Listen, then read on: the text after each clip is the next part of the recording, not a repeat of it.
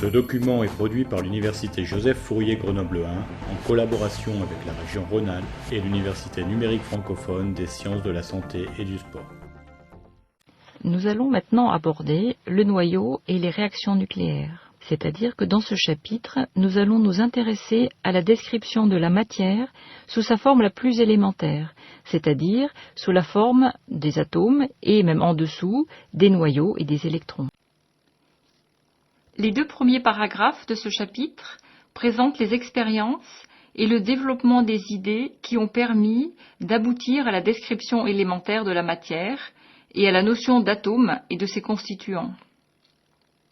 Ces paragraphes permettent aussi d'introduire la notion de quantification. Ensuite, le chapitre traitera des noyaux et des transformations possibles, qu'elles soient spontanées ou induites.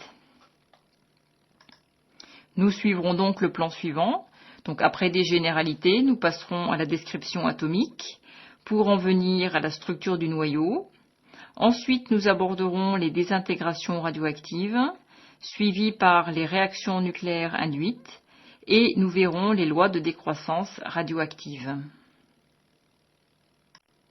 Quelques exemples d'application de ce chapitre. En médecine nucléaire, on peut utiliser ces notions pour le diagnostic des maladies par l'utilisation de sources radioactives. Par exemple, l'utilisation de l'iode 123 peut se faire pour étudier le métabolisme de la thyroïde. Et le principe est basé sur la fixation de l'iode radioactif. Donc, l'iode radioactif émet un rayonnement qui pourra être détecté par une caméra.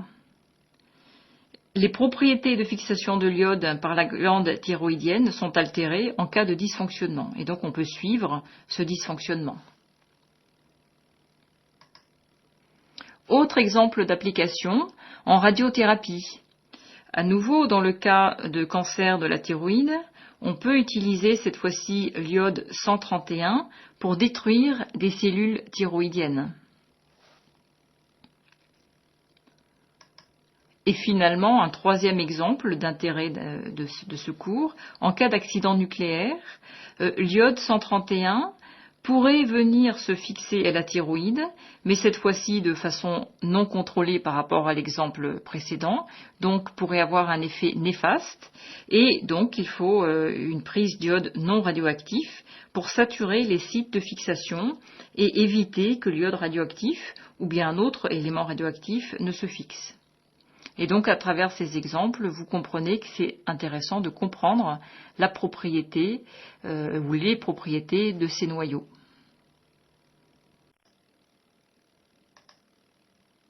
Alors, tout d'abord, quelques aspects historiques. Donc, la naissance de l'hypothèse moléculaire, elle remonte au XIXe siècle, à partir des lois quantitatives de la chimie. Une première intuition qui était venue de Dalton était que l'unité de base de la matière est la molécule et que donc les corps simples étaient formés d'atomes qui étaient des unités indestructibles. Par la suite, toujours au XIXe siècle, Avogadro a montré que deux volumes égaux de gaz contenaient le même nombre de molécules. D'où l'importance de cette particule élémentaire qu'étaient les molécules. Et puis par la suite, l'analyse des expériences d'électrolyse a conduit à la découverte de l'électron. Et aussi, il avait été montré que la charge électrique d'un atome est égale ou est un multiple d'une certaine quantité.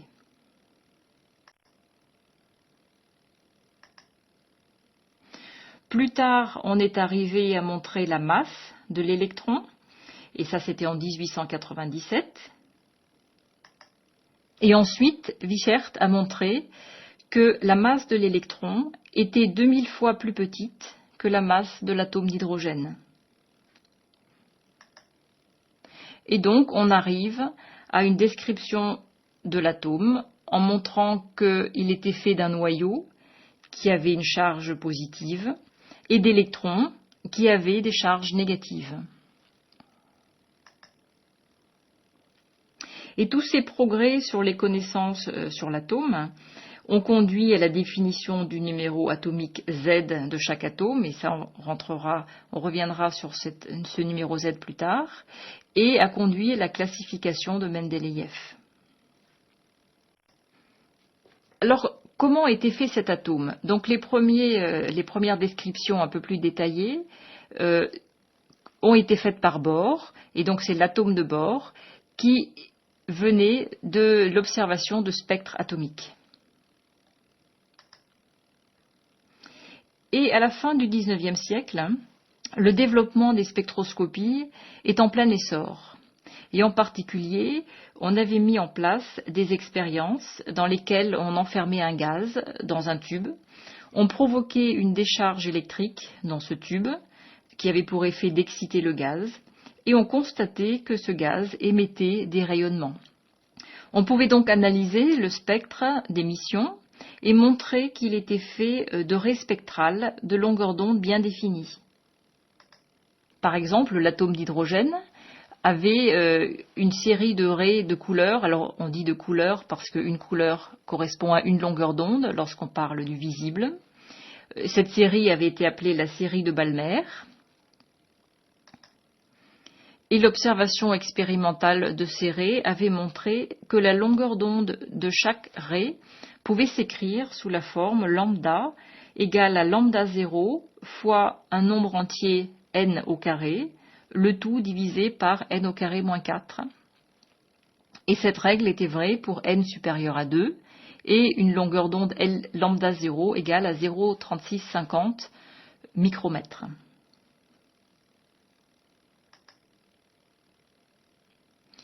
Et donc dans cette série, la raie de plus grande longueur d'onde, c'est une raie qui a pour longueur d'onde 0,6563 micromètres, qui correspond à la couleur rouge.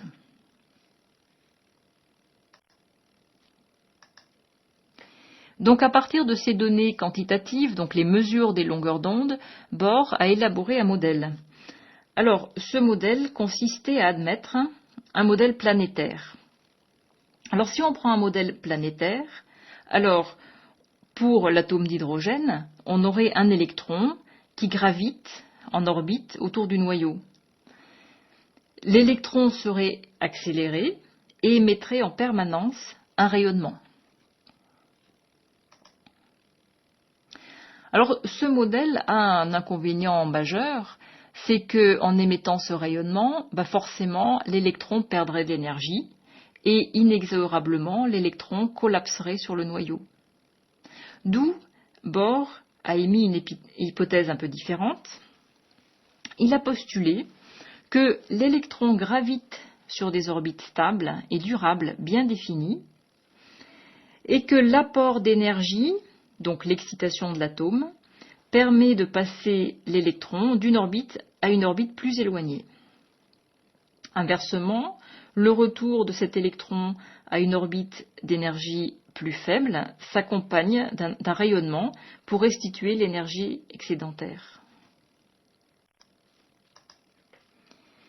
Et donc dans ce modèle, on a alors des sauts quantiques, c'est-à-dire le passage d'un état excité d'énergie grand E indice E à un état final d'énergie grand E indice F. Et ce passage est donc accompagné de l'émission d'un rayonnement qui se définit sous la forme h nu est égal à grand E indice E moins grand E indice F. Donc la différence d'énergie est récupérée par un photon qui est émis. Une remarque, l'atome passe d'une énergie grand E indice E à grand E indice F, donc il perd de l'énergie, il perd l'énergie EF moins E indice E, qui est donc négatif. Mais cette énergie est gagnée par le photon émis. Donc h nu, l'énergie du photon, est égale à E indice E moins E indice F. Ce qui est gagné par l'un est perdu par l'autre. Une remarque, l'atome passe d'une énergie grand E indice E à grand E indice F, donc il perd de l'énergie, il perd l'énergie EF moins E indice E, qui est donc négatif. Mais cette énergie est gagnée par le photon émis. Donc H nu, l'énergie du photon, est égale à E indice E moins E indice F. Ce qui est gagné par l'un est perdu par l'autre. Et tout de suite, on voit que ce premier postulat est en contradiction avec la théorie de Maxwell, et donc ça voulait dire que cette théorie n'est plus vraie à l'échelle atomique.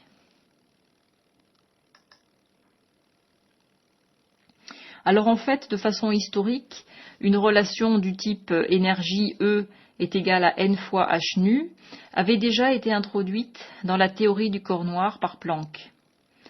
Et Bohr a proposé que c'est la même quantité h, et que cette quantité h, on l'appelait un quantum d'action, et en fait c'est le produit d'une quantité de mouvement par une distance. Et Bohr propose que le même h intervienne dans la quantification des orbites.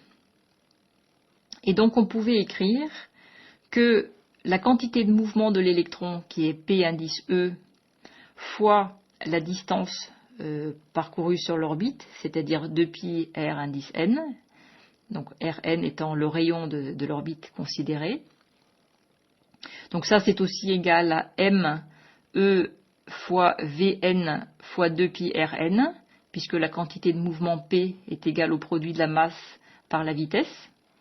Et ce produit est donc égal à NH, où n est un entier qui caractérise l'orbite sur laquelle l'électron parcourt donc la distance 2π Rn à la vitesse Vn. Donc c'est ça l'hypothèse de Bohr.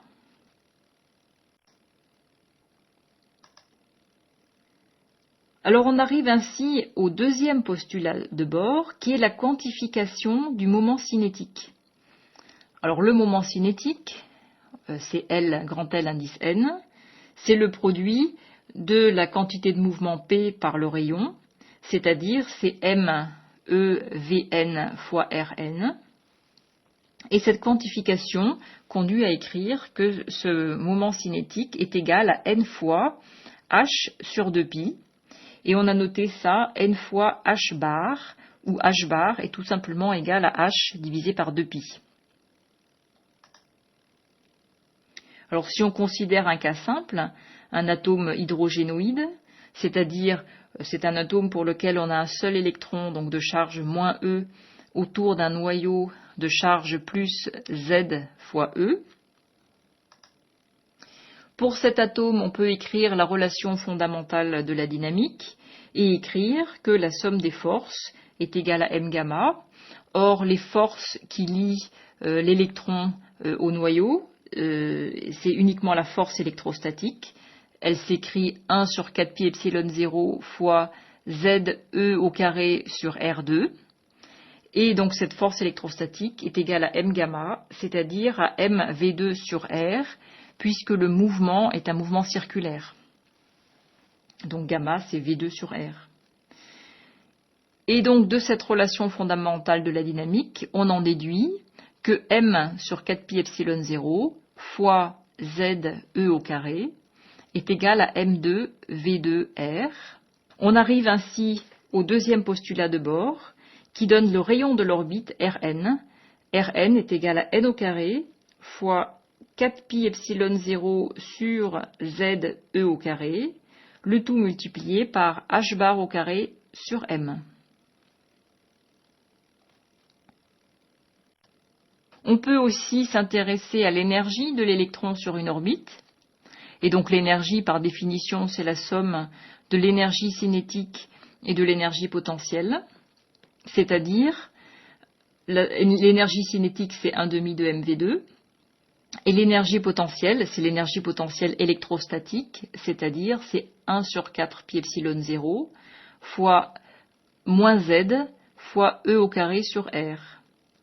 Ou encore, donc si on réutilise l'expression de la vitesse vue précédemment, on peut écrire que E est égal à 1/2 fois 1 sur 4π epsilon 0 ZE au carré sur R, plus 1 sur 4π epsilon 0 fois moins Z E2 sur R, c'est-à-dire au final, on trouve 1/2 fois 1 sur 4π epsilon 0 moins Z E2 sur R. Donc si on introduit la notion de quantification, on peut donc écrire que l'énergie E indice N, qui est égale, peut s'écrire de la forme moins Z au carré E0 sur N2, où E0 est une énergie qui s'écrit M sur 2, E au carré sur 4pi epsilon 0 H bar, le tout au carré. On peut montrer que ce E0 il est égal à 13,6 électronvolts, ou encore 2,18 10-18 joules, et je vous rappelle que 1 électronvolt c'est 1,6 10-19 joules. Et cette énergie E0 s'appelle l'énergie de Rydberg.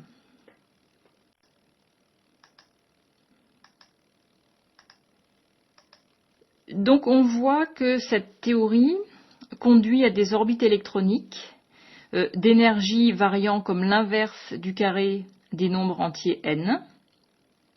Et on voit aussi que quand ce nombre n augmente, l'énergie associée aux orbites augmente également, parce qu'il ne faut pas oublier le signe moins. Et cette énergie augmente et jusqu'à, pour n infini, cette fois-ci E pour n égale à l'infini, l'énergie est nulle, ou tend vers 0.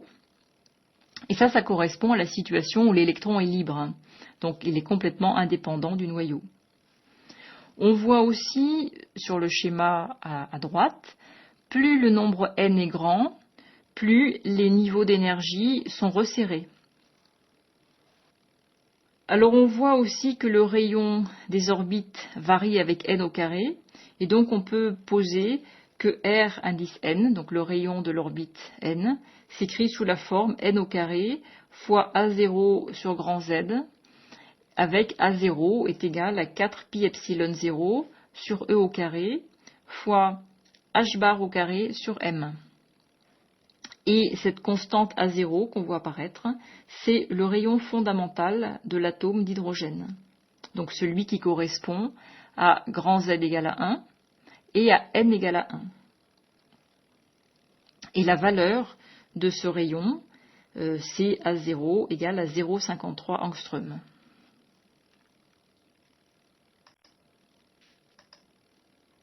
Donc, avec cette théorie de Bohr, on arrive, grâce à la quantification que Bohr a introduite, d'expliquer les spectres atomiques de façon simple. Donc, les atomes peuvent être portés dans des états excités par chauffage, par décharge électrique, ou bien avec une flamme. Et le retour à l'état d'équilibre, à l'état fondamental, se fait par une cascade d'émissions de photons, dont les énergies correspondent aux différences d'énergie des niveaux. Pour les atomes hydrogénoïdes, les énergies sont calculées avec les relations qu'on vient de voir précédemment. Ainsi, le passage d'une orbite d'indice P à une orbite d'indice Q, lorsque P est inférieur à Q, c'est-à-dire pour une énergie E indice P inférieure à E indice Q, l'atome absorbe un photon dont l'énergie E est E indice Q moins E indice P. Donc cette relation est tout à fait en accord avec la relation obtenue expérimentalement pour la série de Balmer, si on met grand Z égale à 1 et P est égal à 2. Donc la théorie de Bohr était en accord avec l'expérience.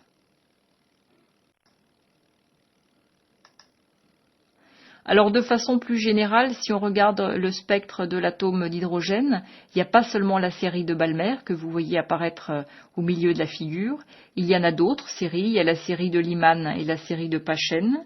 En fait, l'ensemble des transitions qui aboutissent à un même niveau final P est appelé une série. Donc la série de Balmer, c'est celle qui est obtenue donc pour grand Z égale à 1 et pour P est égal à 2. Alors c'est celle qui a été observée en premier parce qu'elle correspond à des transitions dans le visible.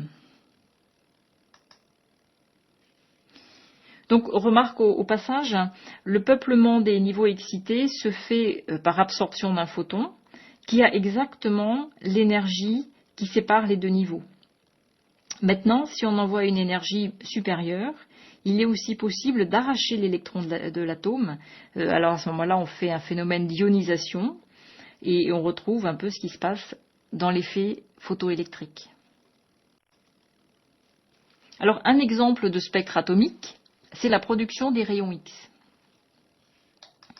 Les rayons X, ce sont des photons qui ont une longueur d'onde de l'ordre de l'angstrom. Donc, si on parle en termes d'énergie avec la relation H nu, on peut voir que c'est une énergie de l'ordre de 100 électronvolts à 0,2 électronvolts. Et ce sont des photons qui ont été découverts complètement par hasard en 1895 par Röntgen. Alors, on peut les produire en partant d'électrons de grande vitesse. Donc, pour avoir des électrons à grande vitesse, on peut les accélérer par une différence de potentiel V de l'ordre de 10 puissance 4 à 10 puissance 6 volts. Et utiliser ces électrons pour bombarder une cible métallique. Alors ceci a deux effets. D'une part, un freinage. Donc les électrons vont être freinés. Ça correspond à une perte d'énergie. Et cette perte d'énergie est convertie en rayonnement continu. Donc c'est un spectre qu'on appelle continu. Et c'est ce qu'on appelle, du terme allemand, la Bremsstrahlung. Ça se voit sur la figure ici, donc à partir de lambda min, vous voyez ce fond continu avec donc une intensité qui démarre un peu avant 0,04 nanomètres et qui va au-delà de 0,10 nanomètres. Mais vous voyez aussi qu'il y a un deuxième effet, et on voit des spectres de raies très pointus. Donc vous en voyez deux ici sur cette figure, qui sont caractéristiques des atomes de la cible. Et vous voyez ici sur la figure, on vous a marqué que ces raies correspondent au molybdène. Donc la cible est faite en molybdène. Et ces raies correspondent à l'excitation d'électrons des atomes qui se trouvent dans des couches profondes. Donc ce sont des électrons qui sont très liés, qui sont fortement liés à l'atome, au noyau. Donc ce sont des couches qu'on appelle K, L, M, etc. Et une fois excités, ces électrons vont revenir à une position d'équilibre, et cette désexcitation s'accompagne d'une certaine énergie qui est rendue, et donc cette énergie se fait sous forme de l'émission de photons dont la longueur d'onde correspond au rayon X. Et donc on va revenir vers des niveaux d'énergie inférieurs. Et donc vous voyez que si on bombarde des électrons à grande vitesse, une cible métallique, eh bien vous voyez cette Bremsstrahlung, donc ce fond continu, et deux pics très pointus. Donc c'était une conséquence directe des spectres atomiques. Alors une remarque, les générateurs de rayons X utilisés pour la radiographie rayons X qu'on trouve dans les cabinets médicaux sont basés sur ce principe. En général, ils utilisent des cibles en molybdène. À ce moment-là, ça donne une longueur d'onde de 0,08 nanomètres ou 0,8 angstrom. C'est ce qui est représenté sur la courbe. Ou encore une cible en cuivre. Et à ce moment-là, la longueur d'onde émise est de 0,15 nanomètres ou encore de 1,5 angstrom. Alors pour être un petit peu plus précis sur cette production de rayons X, donc on a vu que c'est une transition électronique. On peut montrer que les fréquences associées à ces photons sont données par la loi de Moseley. Donc la fréquence nu s'écrit sous la forme d'une constante que multiplie z-1 au carré. Et on peut écrire ça de façon analogue aux transitions atomiques comme on l'a écrit tout à l'heure, et écrire que 1 sur lambda est égal à grand R que multiplie 1 sur P2 moins 1 sur Q2, où grand R est égal à Z-1 au carré fois E0, le tout divisé par le produit HC. Donc on peut donner quelques exemples de raies qui reviennent vers l'état K, vers l'état L, vers l'état M ou même vers l'état N. Ça c'est ce que vous voyez sur la figure. Donc, par exemple, pour l'état K, vous avez différentes raies, la raie K alpha, K bêta, K gamma, etc. Tous toutes ces transitions aboutissent à l'état K, mais elles partent de niveaux d'énergie différentes. Et donc au niveau grandeur, par exemple, si pour l'oxygène, l'arrêt K alpha correspond à une énergie de 0,5 kV, l'arrêt L alpha à 0,03 kV. Pour le calcium, l'énergie K alpha est 4 kV. L'énergie L alpha est 0,4 kV. Et pour le plomb, l'énergie de la K alpha c'est 88 kV, donc une énergie beaucoup plus grande. Et l'énergie pour la transition L alpha est 15 kV. Donc vous voyez que l'expression de la longueur d'onde donnée par la loi de Moseley ressemble à ce qu'on a vu en diapositive 12 pour les atomes hydrogénoïdes.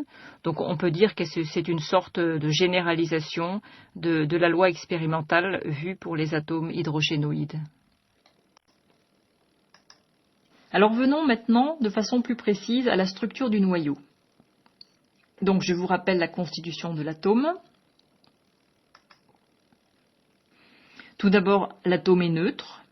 Donc il est fait d'un noyau dont la charge est plus Ze, et il est entouré d'un certain nombre d'électrons, donc d'un nombre Z d'électrons, et donc l'ensemble des électrons a une charge moins Ze. Le noyau lui-même est constitué de protons qui ont une charge positive et de neutrons qui, comme leur nom l'indique, ont une charge nulle. Ce noyau, c'est quelque chose d'extrêmement stable, et donc les protons et les neutrons sont maintenus ensemble par une force nucléaire très forte. Donc c'est une interaction très forte qui est à courte portée, c'est-à-dire au-dessus de 10-14 mètres, cette force est complètement négligeable. Donc elle agit vraiment pour des nucléons qui sont très proches. Et dans ce cas, elle est très intense.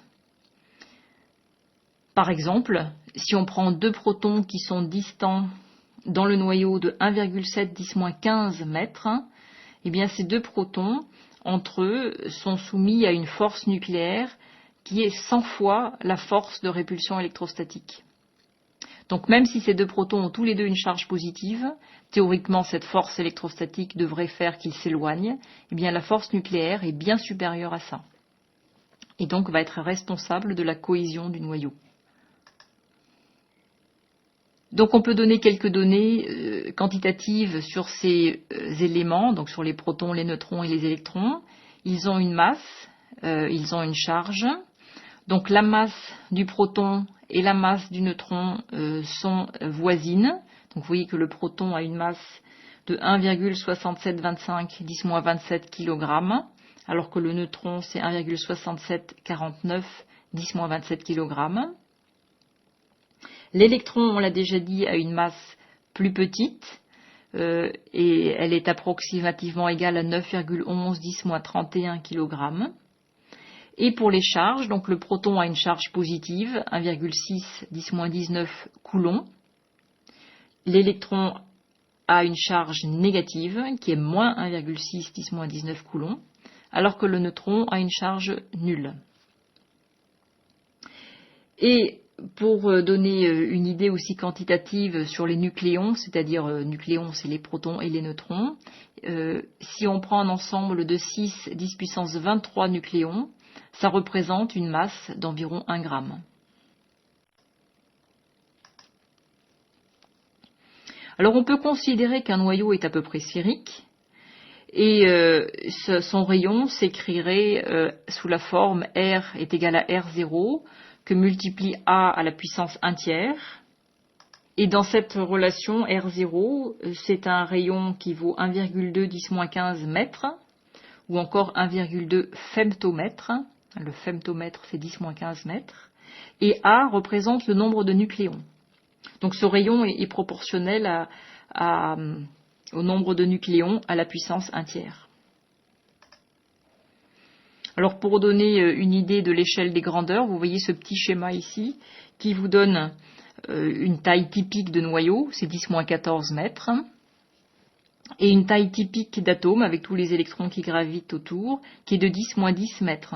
Donc il y a une différence énorme entre la taille finale de l'atome et cette taille du noyau. Par exemple, si vous voulez trouver une échelle comparative, si vous prenez une personne, on va considérer qu'en gros la personne occupe un rayon de 1 mètre, c'est largement exagéré, mais c'est l'ordre de grandeur.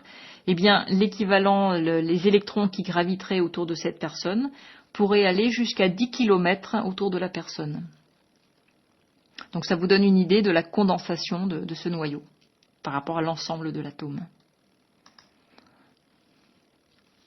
Bon, la représentation symbolique pour les nuclides ou nucléides, ils sont symbolisés par d'abord grand X, le symbole de l'élément chimique, et ensuite on met sur le devant en exposant le nombre total de nucléons, grand A, toujours sur le devant mais en indice le nombre grand Z qui est le nombre de protons, et sur la partie droite en indice le nombre grand N qui est le nombre de neutrons.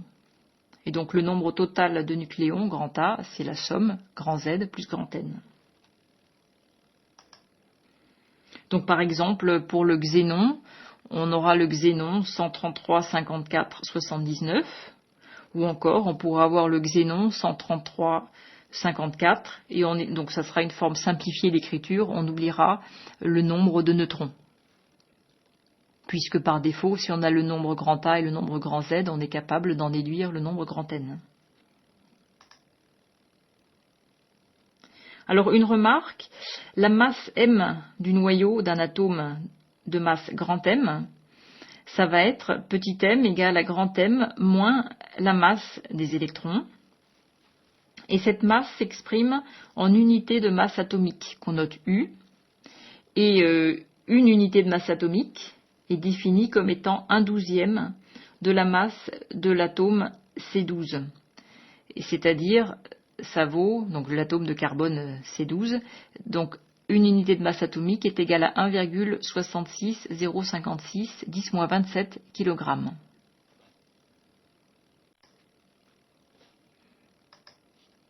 Alors quels sont les noyaux stables présents dans l'univers? Les noyaux stables sont les noyaux légers, dits légers, c'est-à-dire pour lesquels le nombre grand N est égal à grand Z. Et si on regarde sur cette figure, donc on voit que pour les petits nombres, les nombres faibles, grand Z et grand N, effectivement, les noyaux se situent sur une courbe grand N égale à grand Z, donc au début de la courbe. Ensuite, pour les noyaux lourds, on voit que la courbe dévie de la ligne grand N égale à grand Z. Et donc pour les noyaux lourds, on a le nombre de neutrons qui devient supérieur au nombre de protons. Et en fait, cet effet est nécessaire pour contrebalancer la répulsion électrostatique entre protons.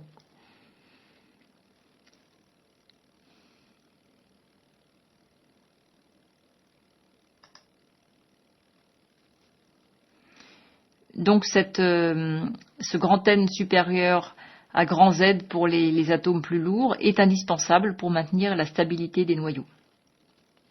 Donc on peut définir les isotopes. Donc deux isotopes sont des noyaux qui ont le même nombre de protons, grand Z, mais pour lesquels le nombre de neutrons est différent. Par exemple, si on donne l'exemple de l'oxygène, donc l'oxygène, on pourra avoir de l'oxygène O16,8, O17,8 ou O18,8. Donc vous voyez que dans les trois cas, le nombre de protons est égal à 8, mais le nombre total de nucléons est différent, c'est-à-dire il peut être égal à 16, 17 ou 18, et donc ça veut dire que le nombre de neutrons va être différent pour les trois. On peut définir également des isotones. Donc deux isotones sont deux noyaux qui ont le même nombre de neutrons, mais qui ont des nombres de protons Z différents, comme par exemple ici, pour l'azote 15, 17 ou l'oxygène 16, 18. Vous voyez que ces deux noyaux ont le même nombre de neutrons, ils ont 8 neutrons, alors que le nombre de protons est différent, 7 pour l'azote, 8 pour l'oxygène. Et puis finalement, on peut aussi définir des isobars. Alors, deux noyaux isobares ont le même nombre de nucléons, grand A, mais leur nombre de protons, Z, et leur nombre de neutrons, N, diffèrent. Donc, par exemple, vous avez ici l'azote 15, 7 et l'oxygène 15, 8. Les deux noyaux ont 15 nucléons, mais l'azote a 7 protons, 8 neutrons, alors que l'oxygène a 8 protons et 7 neutrons. Donc on peut s'intéresser maintenant à l'énergie de liaison des nucléons dans un noyau.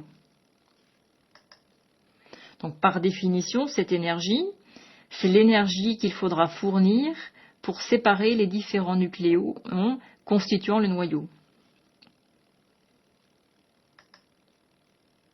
Alors on peut prendre un exemple, par exemple le noyau d'hélium. L'hélium a 2 protons et 4 nucléons, donc on peut l'écrire He4,2. Ou encore le noyau d'hélium, on appelle ça aussi la particule alpha. Donc on écrira l'un ou l'autre. Et on constate l'existence d'un défaut de masse. Ce qui veut dire que si on associe ou on fusionne 2 protons et les 2 neutrons pour former cette particule alpha, ou le noyau d'hélium, on constate une perte de masse. C'est-à-dire que la masse de la particule alpha, m alpha, moins donc 2 fois la masse du proton et 2 fois la masse du neutron, est égale à une quantité delta m qui est négative. Autrement dit, la masse finale après la fusion est plus petite que la masse initiale.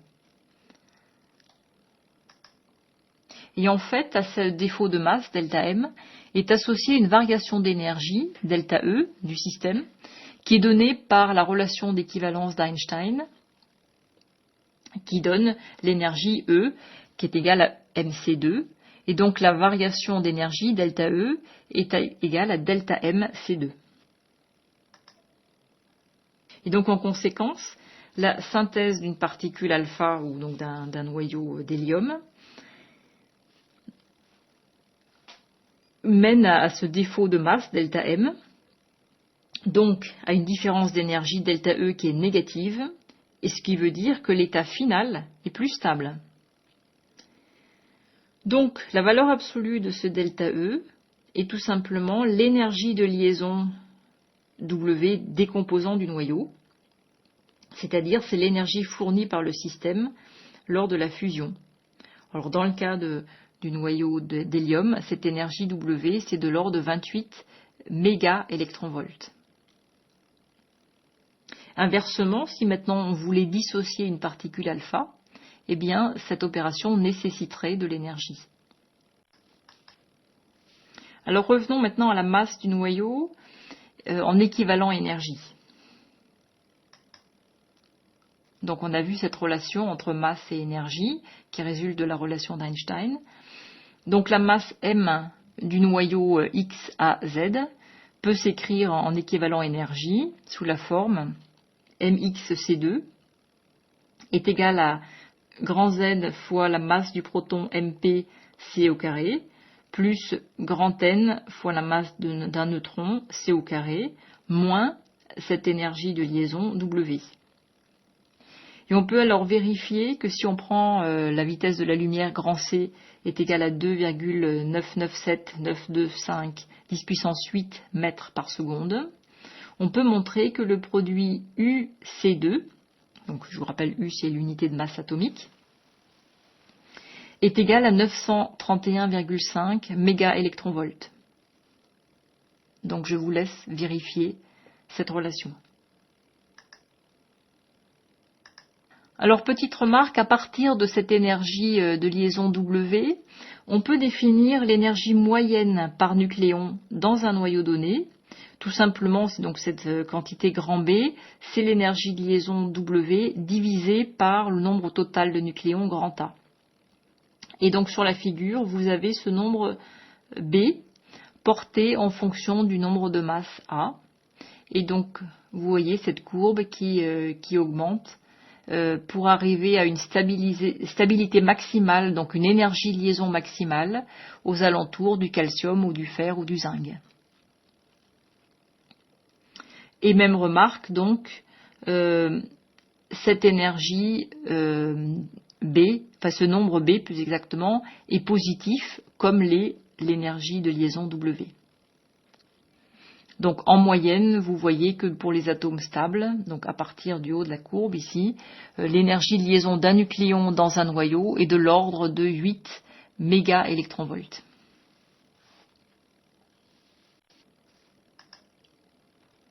Alors on peut s'intéresser aussi aux états excités du noyau. Et donc un noyau dans un état excité va revenir naturellement vers un état fondamental et émettre une énergie, et cette énergie en fait se fait sous la forme d'un rayonnement gamma. Donc c'est ce qui est schématisé sur la figure ici, où on voit l'énergie en mégaélectronvolts, l'état fondamental tout en bas, deux états excités, et donc si on part de tout en haut, on peut revenir vers l'état fondamental, par exemple, par deux cascades, en émettant un rayonnement gamma 1 et puis ensuite un rayonnement gamma 2. Alors c'est très similaire à un atome dont on excite les électrons, qui va aussi revenir dans son état fondamental par émission de photons. On va noter un noyau excité avec la petite étoile, donc par exemple le fer 5726 étoiles est un noyau de fer dans un état excité.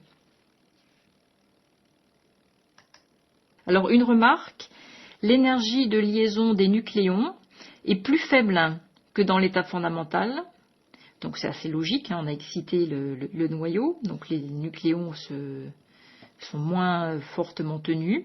Donc la masse du noyau dans l'état excité va être plus grande que dans l'état fondamental. Alors maintenant, nous allons nous intéresser aux désintégrations radioactives.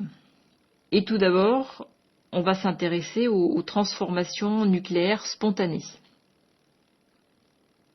Donc, dans la plupart des cas, ces désintégrations radioactives sont des transformations nucléaires spontanées. Et dans le cas où il y a deux produits de désintégration, on pourra noter donc sous la forme du produit initial, donc le noyau pair X, qui va donner deux particules matérielles, C et D, et qui peut aussi donner des produits sans masse, par exemple des photons ou des neutrinos. Alors attention, une toute petite remarque, le neutrino n'est pas tout à fait une particule sans masse. En fait, c'est une particule qui a une masse extrêmement petite, donc on fait l'approximation que sa masse est pratiquement nulle.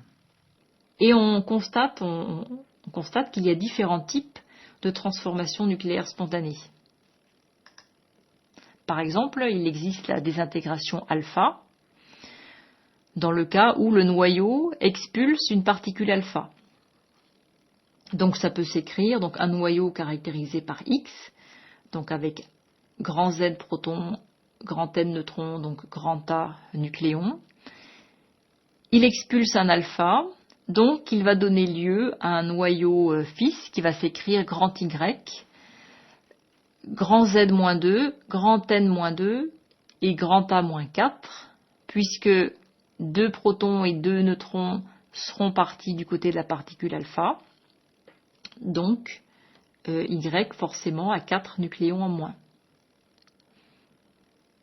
Alors on peut l'écrire sous la forme de gauche, donc en faisant apparaître alpha, ou on peut l'écrire sous la forme de droite, où on fait apparaître vraiment le noyau d'hélium en écrivant hélium 2,4. Donc ça c'est la différence, c'est juste une question de notation sur le noyau d'hélium considéré comme particule alpha.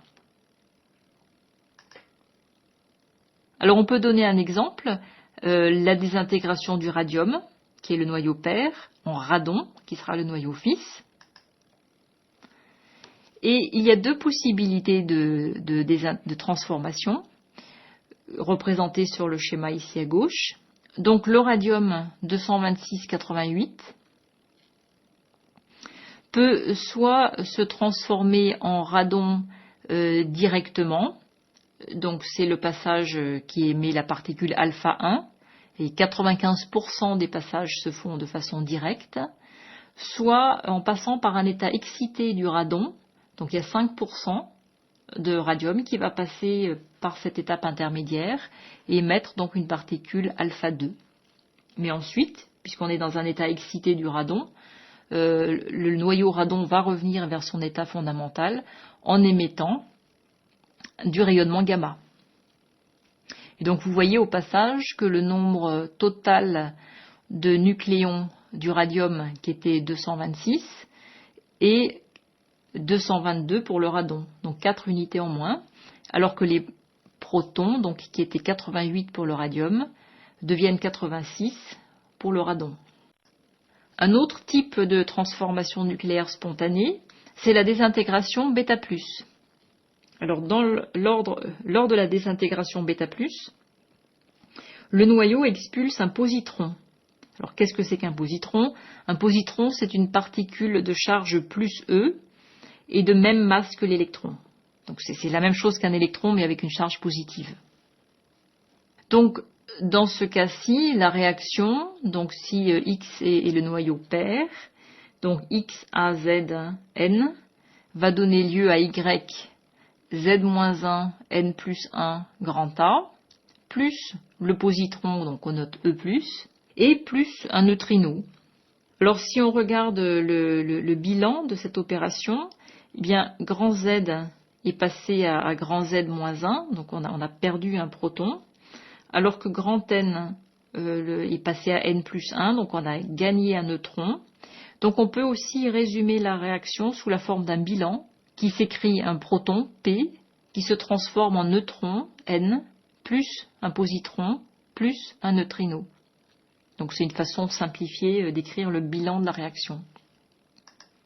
Alors en remarque aussi, on peut dire que c'est un processus qui est presque toujours en compétition avec un autre processus, c'est-à-dire que le proton va capturer un électron pour donner lieu à un neutron et un neutrino. Donc en fait, cet électron qui va être capturé provient du cortège électronique du noyau.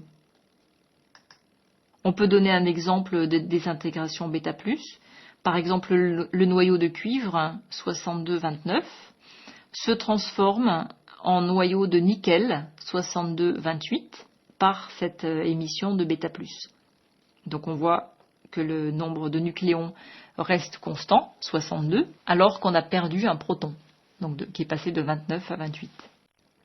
Un troisième type de transformation nucléaire spontanée, c'est la désintégration β-. Alors cette fois-ci, le noyau expulse un électron.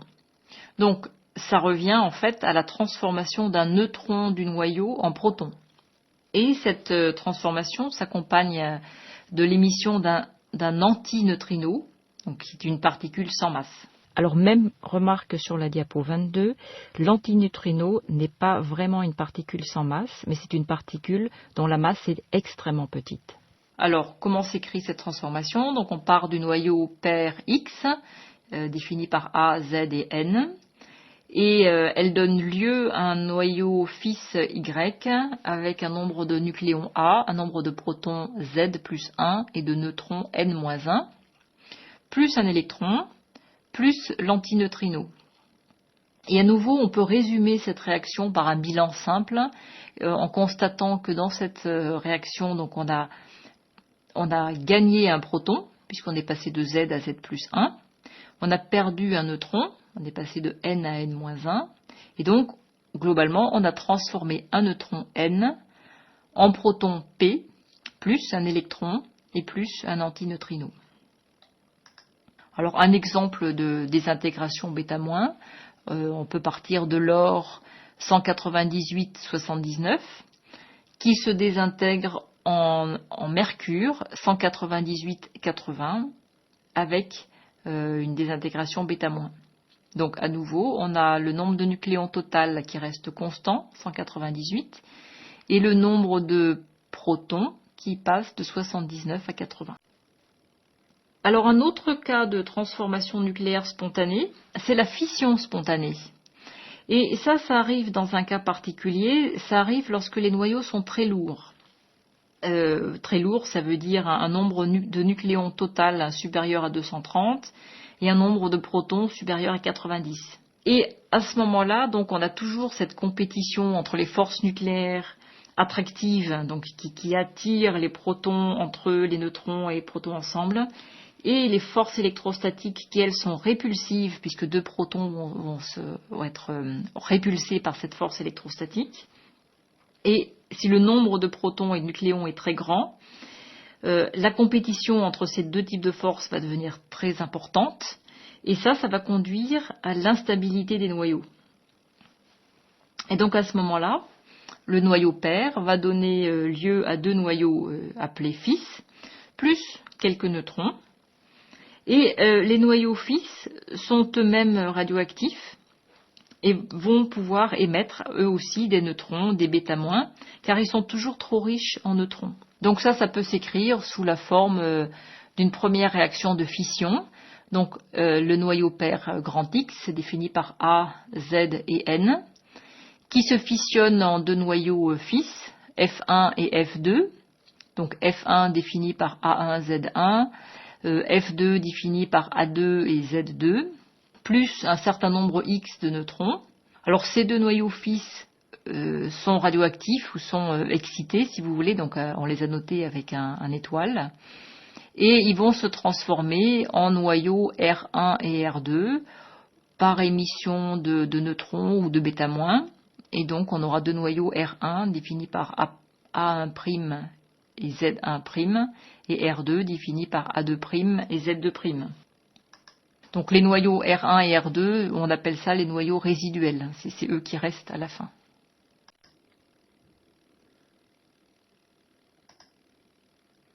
Donc pour résumer toutes ces réactions, on peut dire qu'elles sont caractérisées par un bilan d'énergie de masse négative. En fait, donc ça correspond à une perte de masse, ce qui veut dire aussi que le noyau fils a une énergie de liaison moyenne B qui va être supérieure à celle des noyaux pairs. Alors on peut représenter la distribution des noyaux dans le diagramme ici à droite, où on représente les noyaux stables dans un diagramme où en abscisse on va trouver le nombre de protons Z et en ordonnée le nombre de neutrons N. Et on voit la distribution des noyaux. On voit que pour les petites valeurs de N et de Z, les noyaux stables correspondent à N égale à Z, donc c'est la diagonale, et qu'ensuite pour les grandes valeurs, on divise cette diagonale. Donc on appelle ça la ligne de stabilité. Alors c'est une ligne qui a une certaine largeur, et donc on l'indique d'ailleurs sur le schéma. Et toutes les réactions qu'on vient de voir correspondent à un retour vers la ligne de stabilité. Donc on voit ici par exemple donc des noyaux qui sont trop pauvres en neutrons vont revenir vers la ligne de stabilité par radioactivité bêta+. Au contraire, les noyaux qui sont trop riches en neutrons vont revenir vers la ligne de stabilité par radioactivité bêta-, etc. Il se peut aussi que lors de ce retour vers la ligne de stabilité, le noyau fils soit dans un état excité. Et dans ce cas-là, il faut qu'il revienne vers son état fondamental. Et ça peut se faire par différents processus. Ça peut se faire par émission de photons gamma, par exemple. Ça peut se faire par conversion interne. Ça peut se faire par cascade successive. Et à ce moment-là, on va émettre des rayons X. Ou ça peut être un transfert d'énergie à un autre électron qui, lui, sera éjecté. Et on appelle ça un électron auger. Alors maintenant, on va s'intéresser aux réactions nucléaires induites. Alors les réactions nucléaires induites correspondent à la collision entre deux noyaux X et Y. Et donc on écrit tout simplement que X plus Y vont donner deux autres noyaux C et D. Alors différentes réactions nucléaires induites. Tout d'abord la fission nucléaire induite par neutron lent. C'est le cas d'un neutron lent qui va être capté par un noyau X dit fissile. Et donc la réaction s'écrira N plus X A Z, donc le noyau X qui a A nucléons et Z protons.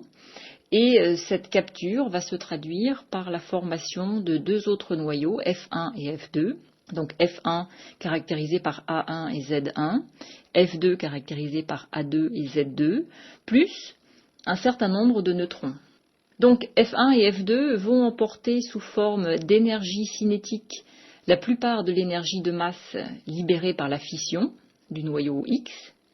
Donc c'est de l'énergie récupérée ensuite sous forme de chaleur. Et les neutrons peuvent être ralentis et peuvent à leur tour induire de nouvelles fissions. Donc ça va provoquer une réaction en chaîne, et c'est typiquement le cas de ce qui se passe dans une centrale nucléaire, dans laquelle on utilise l'uranium pour le noyau de départ, l'uranium-235. On bombarde cet uranium-235 par des neutrons. Ça provoque de l'uranium-236 dans un état excité, qui lui-même ensuite se désintègre en strontium-95, plus du xénon, plus de neutrons.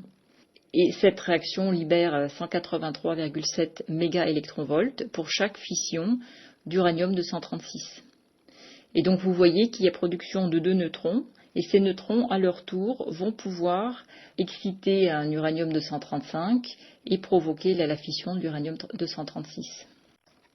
Autre type de réaction nucléaire induite, c'est la fusion nucléaire des noyaux légers. Donc typiquement, ce genre de réaction, c'est ce qui intervient dans la nucléosynthèse stellaire. Alors par exemple, on peut donner l'exemple de la synthèse d'un noyau d'hélium à partir de noyaux d'hydrogène. Alors le noyau d'hydrogène stable, c'est tout simplement un proton, donc on peut l'écrire H11.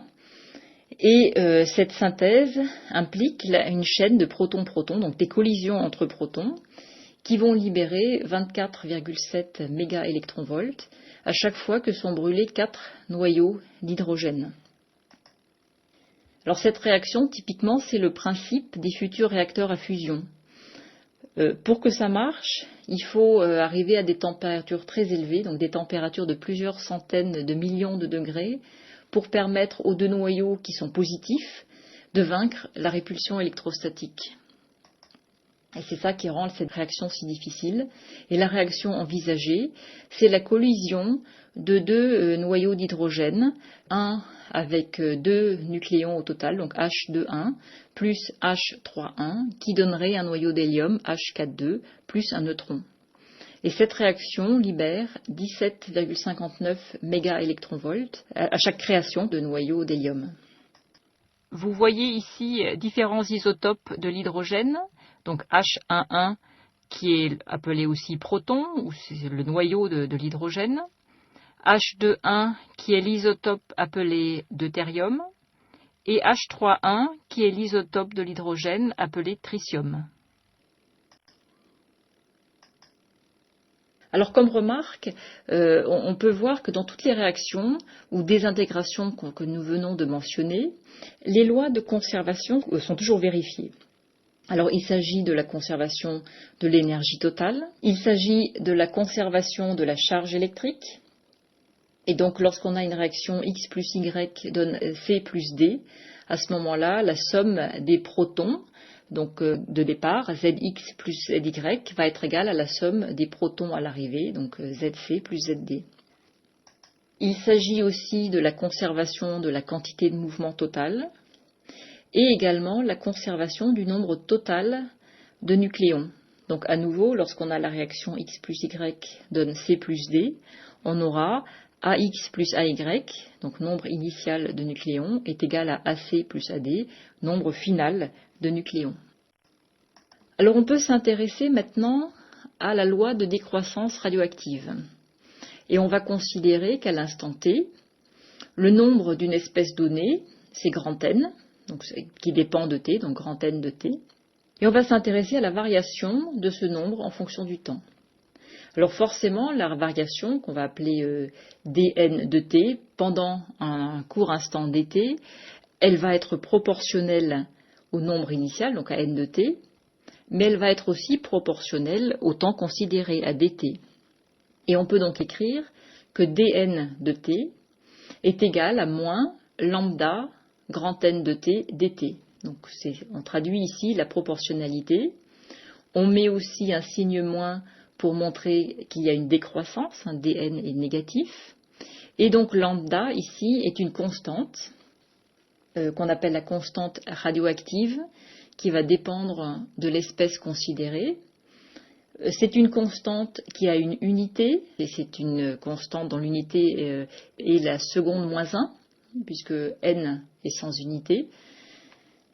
Et cette constante représente la probabilité pour le noyau de se désintégrer pendant l'unité de temps.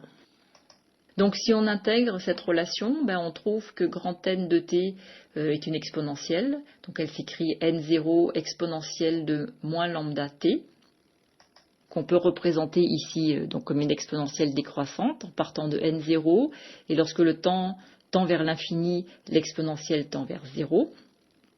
Et on peut définir la période radioactive qui correspond au moment où n de t est égal à n0 sur 2. Donc on a diminué par 2 le nombre initial de noyaux présents.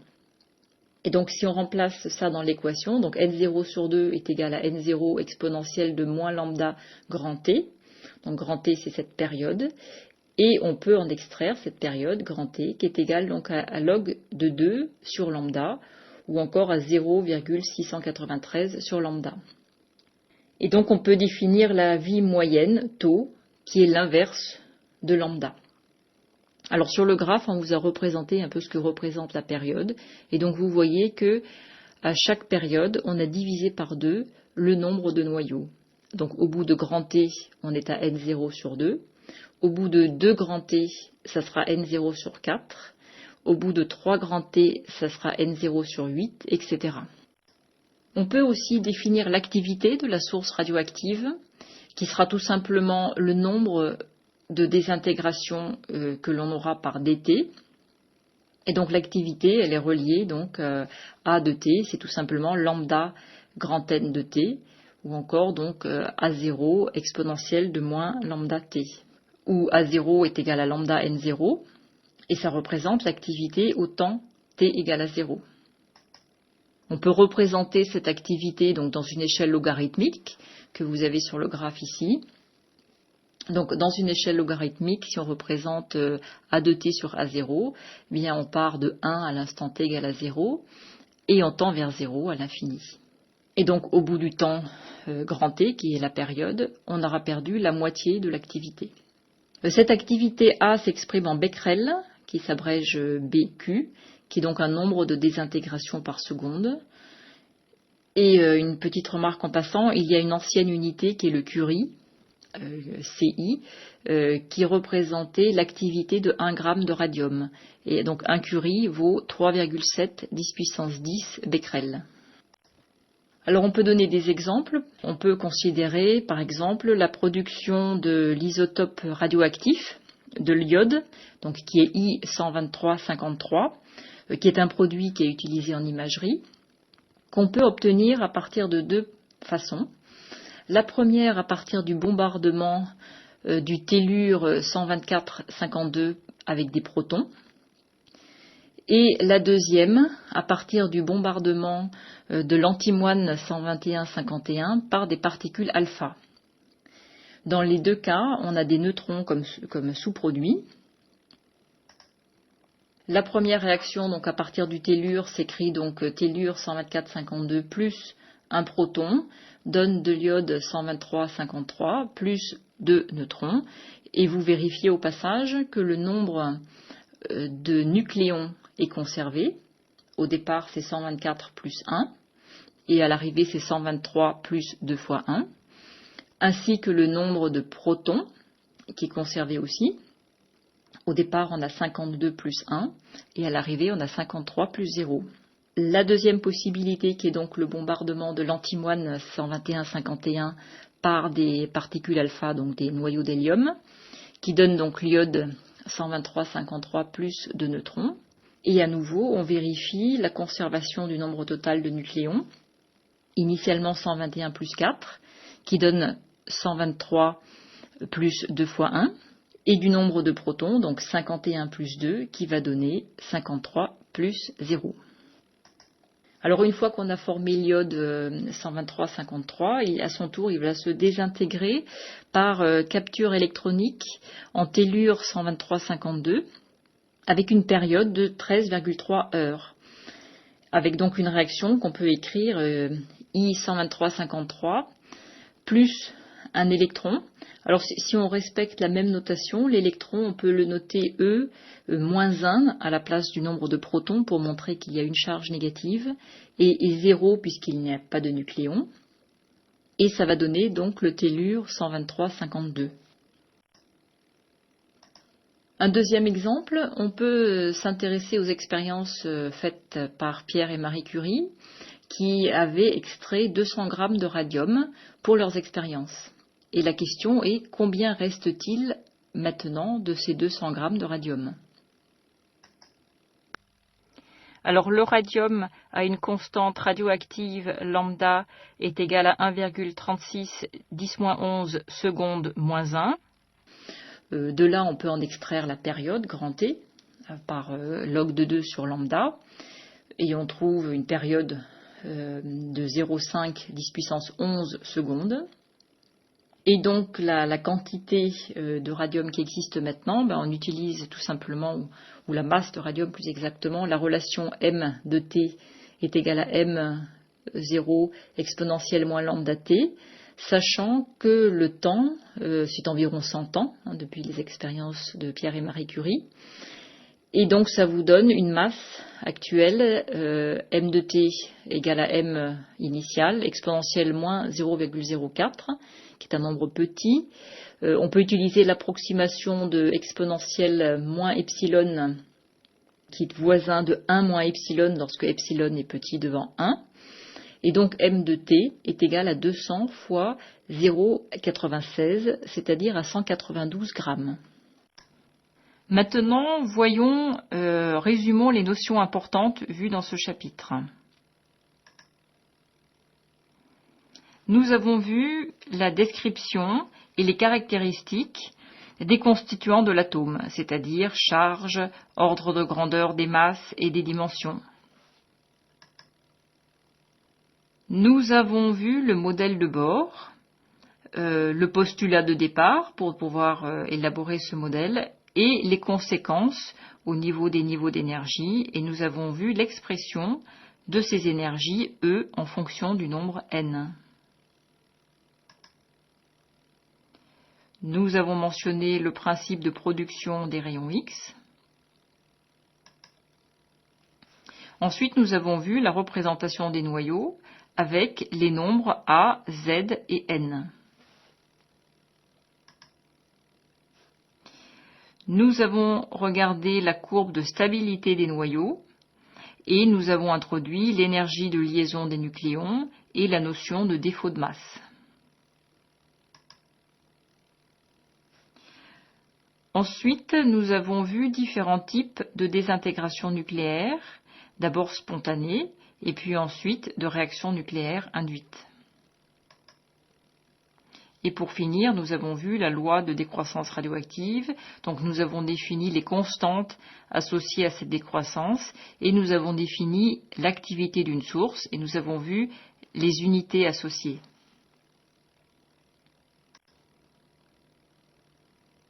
Et pour finir ce chapitre, quelques exercices d'application.